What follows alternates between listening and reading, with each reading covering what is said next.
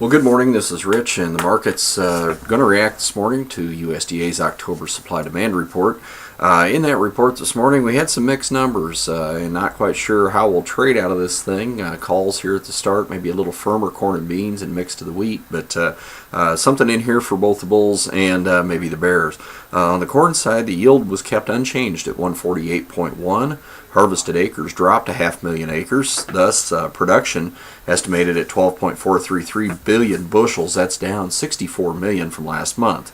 However, ending stocks up 194 million to 866 due to that increase in the SEP1 stocks number that was out here a couple of weeks ago. So kind of a mixed bag here. Lower production, but higher ending stocks. Soybeans, similar situation. We had yield at 41.5 bushels per acre. That's down 0.3 of a bushel. Harvested acres down 100,000, taking production down 25 million to 3.06 billion bushels, but ending stocks up to 160 million. That is down 5 million bushels from last month, but not as big a drop as what you would have thought from the production side, just because of the higher stocks number in that last stocks report.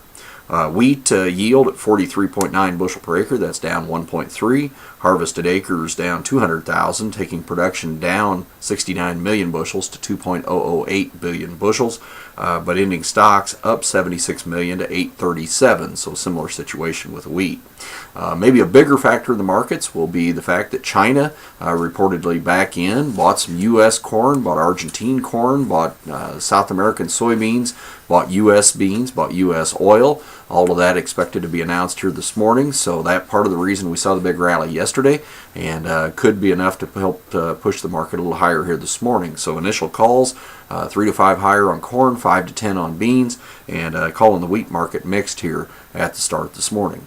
Everyone have a good day. We'll be back later on.